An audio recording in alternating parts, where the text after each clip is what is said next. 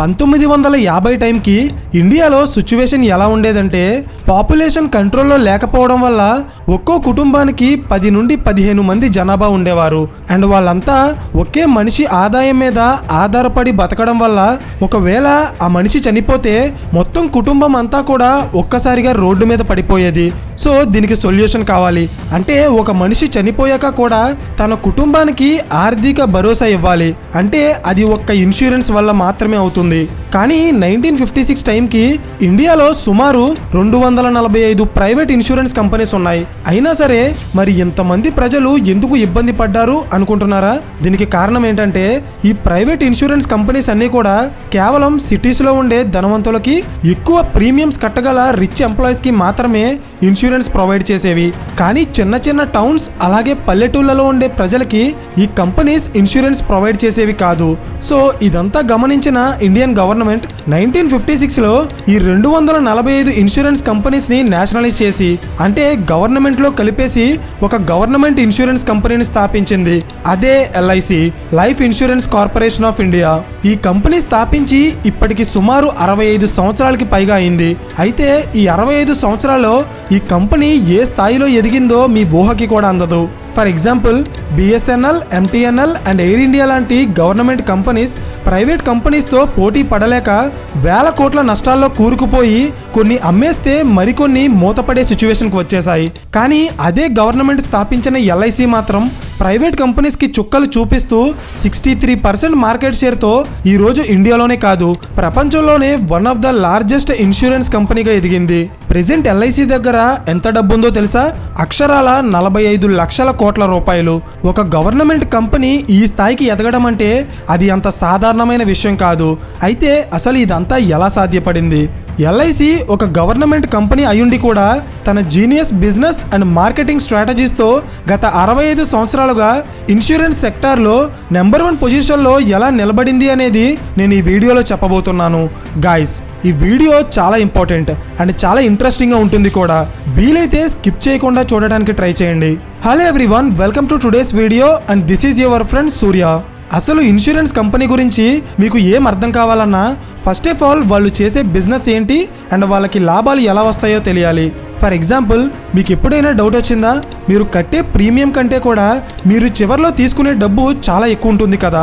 మరి ఇంత డబ్బు ఇస్తున్న ఇన్సూరెన్స్ కంపెనీస్కి అసలు డబ్బులు ఎలా వస్తాయి? This is the question. Insurance companies మేజర్గా 2 రకాల రెవెన్యూస్ సంపాదిస్తాయి. Number 1 underwriting revenue, number 2 investment returns.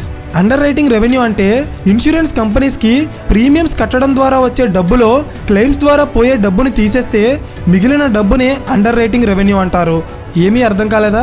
ఏం పర్వాలేదు, చెప్తా చూడండి. బేసిక్గా మీరు ఏ ఇన్సూరెన్స్ పాలసీ తీసుకున్నా like life insurance, car insurance, bike, home, health etcetera, ఇలా మీరు ఏ టైప్ ఆఫ్ ఇన్సూరెన్స్ తీసుకున్నా ప్రతి నెల మీరు ఇన్సూరెన్స్ కంపెనీస్కి ప్రీమియం పే చేస్తారు, అవునా? అండ్ ఇలా ప్రీమియమ్స్ ద్వారా వచ్చే డబ్బులే ఈ ఇన్సూరెన్స్ కంపెనీస్కి మేజర్ రెవెన్యూ. అయితే ఇక్కడ పాయింట్ ఏంటంటే ఇలా ప్రీమియమ్స్ పే చేసే వాళ్ళలో కొంతమందికి వాళ్ళ ఇన్సూరెన్స్ క్లెయిమ్ అవ్వదు. దీనికి బేసిక్గా 2 రీజన్స్ ఉంటాయి. ఒకటి, ఇన్సూరెన్స్ కంపెనీ యొక్క టర్మ్స్ అండ్ కండిషన్స్ని ఫుల్ఫిల్ చేయలేదని కొంతమంది క్లెయిమ్స్ని ఆ కంపెనీస్ రిజెక్ట్ చేస్తాయి. మరికొంతమంది కొన్ని రోజుల పాటు ప్రీమియమ్స్ కట్టి మధ్యలోనే వదిలేస్తారు. ఇంకొంతమంది అయితే ప్రీమియమ్స్ పూర్తిగా కడతారు కానీ వాటిని చివర్లో క్లెయిమ్ చేసుకోరు. సో ఇలా ఇన్సూరెన్స్ కంపెనీ రిజెక్ట్ చేసిన పాలసీస్ అండ్ కొంతమంది ప్రజలు క్లెయిమ్ చేసుకొని పాలసీస్, ఇవన్నీ కూడా ఇన్సూరెన్స్ కంపెనీస్కి లాభాలుగా మారతాయి. ఇది ఎలాగో అర్థం కావాలంటే ఈ ఎగ్జాంపుల్ గమనించండి. ఒక ఇన్సూరెన్స్ కంపెనీకి పాలసీస్ ద్వారా ఒక సంవత్సరానికి 10 లక్షల ప్రీమియమ్స్ వచ్చాయి అండ్ క్లెయిమ్స్ ద్వారా అందులో 9 లక్షలు ఖర్చు అయిపోయాయి. మిగిలిన 1,00,000 ఏదైతే ఉందో అదే ఈ ఇన్సూరెన్స్ కంపెనీకి లాభం అన్నమాట. దీన్నే అండర్ రిటర్న్ రెవెన్యూ అంటారు. అయితే ఇది కేవలం ఒక టైప్ ఆఫ్ రెవెన్యూ మాత్రమే. సెకండ్ టైప్ ఏంటంటే ఇన్వెస్ట్మెంట్ రిటర్న్స్. అంటే ప్రీమియమ్స్ ద్వారా ఇన్సూరెన్స్ కంపెనీస్కి ప్రతి నెల డబ్బులు వస్తాయి కదా, వాటిని ఈ కంపెనీస్ డిఫరెంట్ ఫైనాన్షియల్ ఇన్స్ట్రుమెంట్స్లో ఇన్వెస్ట్ చేస్తాయి like shares, bonds, government securities and mutual funds. So వీటిలో వచ్చే ప్రాఫిట్స్ కూడా ఇన్సూరెన్స్ కంపెనీస్కి లాభాలుగా మారతాయి. సో ఇలా అన్క్లెయిమ్డ్ పాలసీస్ ద్వారా వచ్చే డబ్బు అండ్ ఇన్వెస్ట్మెంట్స్ ద్వారా వచ్చే డబ్బు మేజర్గా ఇన్సూరెన్స్ కంపెనీస్ని నడిపిస్తుంది. కానీ ఈ కంపెనీస్కి ఖర్చులు కూడా అలాగే ఉంటాయి, like employee salaries and commissions, publicity and maintenance etcetera.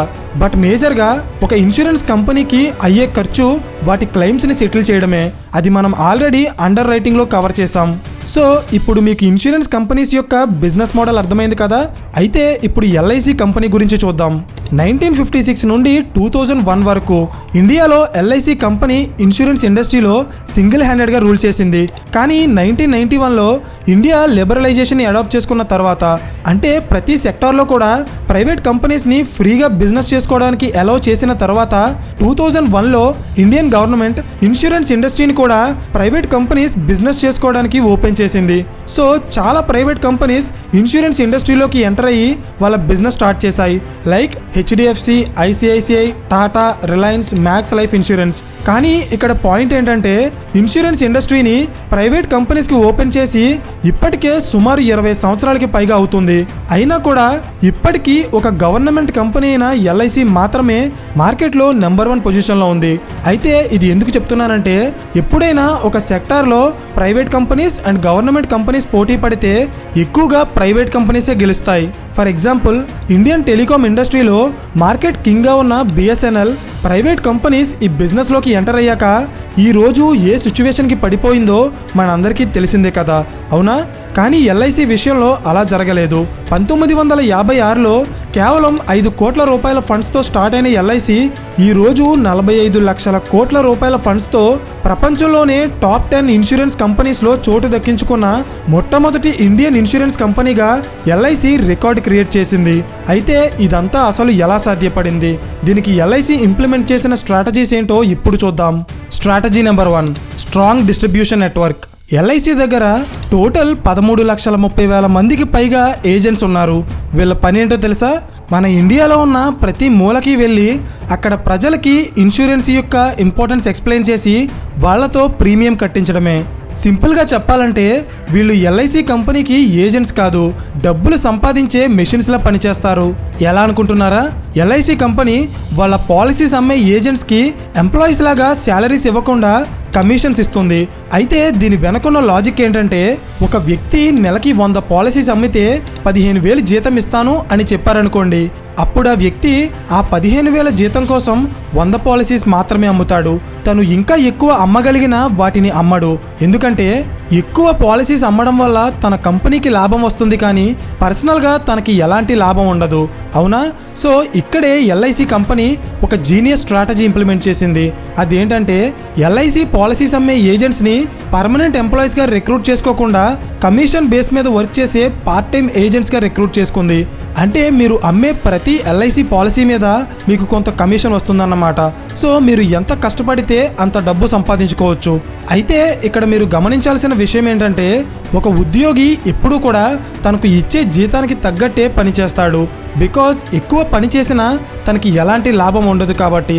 అదే ఒక కమిషన్ ఏజెంట్ అయితే ఎంత కష్టపడితే అంత డబ్బు వస్తుంది కాబట్టి డైరెక్ట్గా తన ఎదుగుదల కోసమే తను పని చేస్తున్నాను అనుకుని ఇండైరెక్ట్గా ఆ కంపెనీ ఎదుగుదలకి కారణమవుతాడు. ఇప్పుడు అర్థమైందా? ఎల్ఐసి కంపెనీ వాళ్ళ ఏజెంట్స్ని ఎంప్లాయీస్గా కాకుండా కమిషన్ ఏజెంట్స్గా రిక్రూట్ చేసుకోవడం వెనకున్న సీక్రెట్ ఏంటో. అయితే ఇనీషియల్ డేస్లో ఈ కమిషన్స్ చాలా ఎక్కువగా ఉండడం వల్ల ఎల్ఐసి ఏజెంట్స్ ఇండియాలో ఉన్న ప్రతి మూలకి వెళ్ళి ఇన్సూరెన్స్ పాలసీస్ అమ్మేవారు. ప్రెజెంట్ జనరేషన్లో అయితే చాలా companies social media and YouTube influencers ద్వారా ఇన్సూరెన్స్ పాలసీస్ అమ్మేస్తున్నాయి. కానీ అసలు ఈ బిజినెస్ ఎలా రన్ అయ్యేదో తెలుసుకోవాలంటే ఒకసారి ఈ వీడియో చూశాక మీ పేరెంట్స్ని అడగండి. ఎందుకంటే చాలామంది ఉద్యోగాలు చేస్తూ కూడా ఆ జీతాలు సరిపోక ఎక్స్ట్రా డబ్బు కోసం ఎల్ఐసి పాలసీస్ అమ్మేవారు. అండ్ అలాంటి మధ్యతరగతి వాళ్ళు నెలకి ₹1 ఎక్కువ సంపాదించడానికి ఎల్ఐసి ఎంతగానో హెల్ప్ చేసేది. అర్థమైందా? Strategy number 2, emotional marketing. ఇండియాలో గవర్నమెంట్ కంపెనీస్ ప్రైవేట్ కంపెనీస్తో పోటీ పడలేకపోవడానికి చాలా కారణాలు ఉన్నాయి. వాటిలో ఒకటే మార్కెటింగ్. అంటే ప్రైవేట్ కంపెనీస్ కంటే గవర్నమెంట్ కంపెనీస్ దగ్గర బెటర్ ప్రొడక్ట్స్ అండ్ సర్వీసెస్ ఉన్నప్పటికీ కూడా వాటిని సరైన విధంగా మార్కెటింగ్ చేయకపోవడం వల్ల చాలా గవర్నమెంట్ కంపెనీస్ వెనకపడిపోయేవి. కానీ ఎల్ఐసి కంపెనీ ఆ మిస్టేక్ చేయలేదు. ఇన్సూరెన్స్ పాలసీ యొక్క ఇంపార్టెన్స్ అండ్ వాటి అవసరం ఏంటో ప్రజలకి కరెక్ట్గా తెలిసేలా వాళ్ళ యాడ్స్ డిజైన్ చేసి వాటికి హ్యూమన్ ఎమోషన్స్ యాడ్ చేయడం ద్వారా ఎల్ఐసి కంపెనీ కస్టమర్ అటెన్షన్ని గ్రాప్ చేయగలిగింది. అంటే ఏంటనుకుంటున్నారా? చెప్తా చూడండి. ఎప్పుడైనా మీరు టీవీలో ఎల్ఐసి కంపెనీ యొక్క యాడ్ చూసారంటే అది మిమ్మల్ని ఎమోషనల్గా కనెక్ట్ చేసి మీ ఫ్యామిలీ గురించి ఆలోచించేలా చేస్తుంది. దీన్నే ఎమోషనల్ మార్కెటింగ్ అంటారు. ఇప్పటికే ఇది చాలా వీడియోస్లో చెప్పాను. ఎప్పుడైతే మీ ప్రోడక్ట్ని కస్టమర్కి ఎమోషనల్గా కనెక్ట్ చేయగలుగుతారో దానికంటే బెస్ట్ మార్కెటింగ్ ఇంకేది ఉండదు.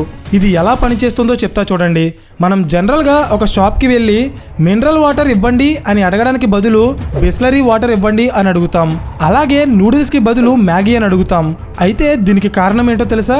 Emotional connection. మనం కొన్ని సంవత్సరాలుగా ఈ కంపెనీస్కి ఎమోషనల్గా కనెక్ట్ అవ్వడం వల్ల ఈ కంపెనీ నేమ్సే ప్రొడక్ట్ నేమ్స్ అనుకుని మనమంతా మైండ్లో ఫిక్స్ అయిపోయాం. అలాగే ఎల్ఐసి కూడా వాళ్ళ మార్కెటింగ్ అండ్ యాడ్స్లో ఎమోషన్ని యాడ్ చేయడం ద్వారా ప్రతి భారతీయుడి మైండ్లో ఇన్సూరెన్స్ అనగానే ఎల్ఐసి కంపెనీయే గుర్తొచ్చేలా ఒక ముద్ర వేసేసింది. అండ్ ఇది అలాగే పనిచేసింది కూడా. అందుకే ఇప్పటికీ ఇండియాలో చాలామంది ఇన్సూరెన్స్ తీసుకున్నారా అని అడగడానికి బదులు ఎల్ఐసి తీసుకున్నారా అని అడుగుతారు. Strategy number 3, government regulation. మన ఇండియాలో చాలామంది సామాన్యులు ఏదైనా ఒక బ్యాంక్కి కానీ ఇన్సూరెన్స్ కంపెనీకి కానీ డబ్బులు కట్టేటప్పుడు సేఫ్టీ కోరుకుంటారు. అంటే ఒకవేళ ఆ కంపెనీ ఎత్తేస్తే మన డబ్బులు ఎవరు కడతారని. ఇది కామన్గా మనందరికీ వచ్చే డౌటే. అయితే ఇక్కడే ఎల్ఐసి కంపెనీకి ఒక అడ్వాంటేజ్ ఉంది. అదేంటంటే ఇండియాలో ఇన్సూరెన్స్ కంపెనీస్ని రెగ్యులేట్ చేసే సంస్థ IRDAI, insurance regulatory and development authority of India. ఇది ఎల్ఐసిని DSIISగా అనౌన్స్ చేసింది. అంటే డొమెస్టిక్ సిస్టమేటికల్లీ ఇంపార్టెంట్ ఇన్సూరర్స్. సింపుల్గా మీకు అర్థమయ్యేలా చెప్తా చూడండి. ఇన్ కేసు ఎల్ఐసికి లాస్ వచ్చినా, ఆ కంపెనీ మూసేసే సిచ్యువేషన్కి వచ్చినా ఇండియన్ గవర్నమెంట్ ఇమీడియట్గా ఎల్ఐసికి సపోర్ట్ చేసి కస్టమర్ డబ్బులు సేఫ్గా ఉండేలా చూసుకుంటుంది. సో ఇంతకన్నా ఒక కస్టమర్కి ఏం కావాలి? తను కట్టే డబ్బు సేఫ్గా ఉంటుంది అండ్ ఎల్ఐసి వెనక గవర్నమెంటే ఉంది. సో 2022 లెక్కల ప్రకారం ఎల్ఐసికి 98.6%కి పైగా క్లెయిమ్ సెటిల్మెంట్ రేషియో ఉంది. అంటే 100 మంది ఎల్ఐసిలో ఇన్సూరెన్స్ తీసుకుంటే వాళ్ళలో 98 మందికి పైగా వాళ్ళ డబ్బులు వెనక్కి తీసుకోగలుగుతున్నారు. దీన్నే క్లెయిమ్ సెటిల్మెంట్ రేషియో అంటారు. సో ఇలాంటి కొన్ని కోర్ ఫీచర్స్ ఉండటం వల్ల ఈవెన్ ఇన్సూరెన్స్ సెక్టార్లోకి ప్రైవేట్ కంపెనీస్ని అలౌ చేసి ఇప్పటికే సుమారు 20 సంవత్సరాలు దాటినా ఏ కంపెనీ కూడా ఎల్ఐసిని దాటలేకపోయింది. అండ్ ఈరోజు ఎల్ఐసి కంపెనీ ఏ స్థాయిలో ఉందో తెలిస్తే మీరే షాక్ అవుతారు. 45 లక్షల కోట్ల రూపాయలు. ఇది ఎల్ఐసి కంపెనీ దగ్గర మన భారతీయులు ప్రీమియంస్ రూపంలో దాచిపెట్టిన డబ్బు. ఒక పాయింట్ ఆఫ్ టైంలో ఎల్ఐసి దగ్గరున్న డబ్బు మన భారతదేశపు జీడిపిని కూడా దాటేసిందంటే మీరే ఆలోచించండి ఇది ఎంత పెద్ద కంపెనీయో. అండ్ ఎల్ఐసి దగ్గర ఉన్న డబ్బులో 65 to 70% పబ్లిక్ సెక్టార్ ఎంటిటీస్ మీద ఇన్వెస్ట్ చేస్తుంది. అంటే మన గవర్నమెంట్ కంపెనీస్ అభివృద్ధి కోసం అన్నమాట. అండ్ ఇండియాలో ఉన్న టాప్ 200 ప్రైవేట్ కంపెనీస్లో ఎల్ఐసికి 1%కి పైగా షేర్ ఉంది. అందుకే ఎల్ఐసిని నేషన్ బిల్డర్ అంటారు. ఎందుకంటే మన దేశ అభివృద్ధి కోసం ఈ కంపెనీ దగ్గరున్న డబ్బు ఎంతగానో హెల్ప్ అయింది. ఎల్ఐసి దగ్గరున్న ఈ 45 లక్షల కోట్లని AUM అంటారు. AUM అంటే assets under management. Insurance companies, mutual funds and asset management companies ఈ AUMని ఎలా ఇన్వెస్ట్ చేస్తాయో ఈ బ్లాక్ రాక్ వీడియోలో క్లియర్గా ఎక్స్ప్లెయిన్ చేసాం. వీలైతే చూడండి. సో మై డియర్ ఆడియన్స్, ఇది ఎలాంటి ప్రమోషనల్ వీడియో కాదు. కేవలం మనం కష్టపడి కట్టిన డబ్బుతో నడుస్తూ ఇంత గొప్ప స్థాయికి వెళ్ళిన ఈ గవర్నమెంట్ కంపెనీ గురించి అందరికీ తెలియాలి అనే ఇంటెన్షన్తో ఈ వీడియో చేయడం జరిగింది. ఇన్ కేస్ మీకు ఎల్ఐసి కంపెనీ గురించి ఇంకా డెప్త్గా తెలుసుకోవాలనుకుంటే కింద డిస్క్రిప్షన్లో రీసెర్చ్ మెటీరియల్ యొక్క PDF లింక్స్ ఇస్తాము. వీలైతే చెక్ చేయండి. అండ్ ఈ వీడియో మీకు నచ్చితే ఖచ్చితంగా లైక్ చేయడం మర్చిపోకండి. అండ్ ఈ టైప్ ఆఫ్ కాంటెంట్ ఇష్టపడే మీ ఫ్రెండ్స్ అండ్ ఫ్యామిలీ గ్రూప్స్కి ఈ వీడియో షేర్ చేసి అండ్ ఇలాంటి మరిన్ని క్వాలిటీ బిజినెస్ స్టోరీస్ కోసం ఛానల్ని సబ్స్క్రైబ్ చేయండి. పక్కనే ఉన్న గంట సింబల్ ఆన్ చేస్తే మేము వీడియో అప్లోడ్ చేసిన వెంటనే మీకు ఇమీడియట్ నోటిఫికేషన్ వస్తుంది. So thank you for watching and I'll see you in the next video. Till then, this is your friend Surya signing off.